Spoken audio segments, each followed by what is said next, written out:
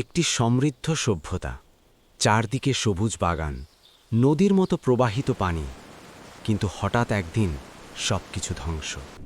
প্রশ্ন জাগে, আল্লাহ কেন এই জাতিকে মুহূর্তে নিশ্চিহ্ন করে দিলেন? ইয়েমেনের দক্ষিণাঞ্চলে বসবাস করত সাবা জাতি। কুরআন বলছে তারা ছিল আল্লাহর দেওয়া নিয়ামতে ভরপুর এক জাতি। সূরা সাবাতে বলা হয়েছে তাদের ডান ও বাম দিকে ছিল সবুজ বাগান, আর আল্লাহ তাদের বলেছিলেন, তোমরা তোমাদের রবের রিজিক খাও এবং তার শুকর আদায় করো। সূরা সাবা 15। সাবা জাতির মূল শক্তি ছিল মারিব বাঁধ।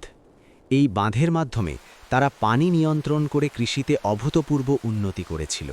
একথা উল্লেখ করেন ঐতিহাসিক তাবারি তার তারিখুল উমাম ওয়াল মুলুক গ্রন্থে। কিন্তু সময়ের সাথে সাথে তারা আল্লাহকে ভুলে গেল। শকরের জায়গায় এলো অহংকার। নিয়ামতের কৃতজ্ঞতার বদলে শুরু হলো অবাধ্যতা। কুরআন স্পষ্ট করে জানায়, অতপর তারা মুখ ফিরিয়ে নিল, ফলে আমি তাদের উপর সাইলুল আরিম পাঠালাম। সূরা সাবা 16।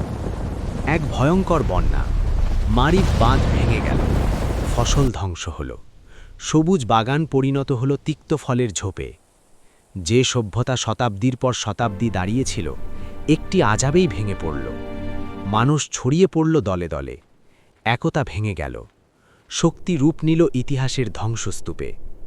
কুরআন এই কাহিনী বলেছে শিক্ষা দেওয়ার জন্য। নিয়ামত পেলে শকর না করলে নিরাপত্তা চিরস্থায়ী হয় না। আজকের মুসলিম উম্মার জন্য সাবা জাতির কাহিনী এক জীবন্ত সতর্কবার্তা। নিয়ামত আল্লাহর পক্ষ থেকে পরীক্ষা, শকর করলে তা বাড়ে, আর অবাধ্যতায় সবকিছু হারিয়ে যায়।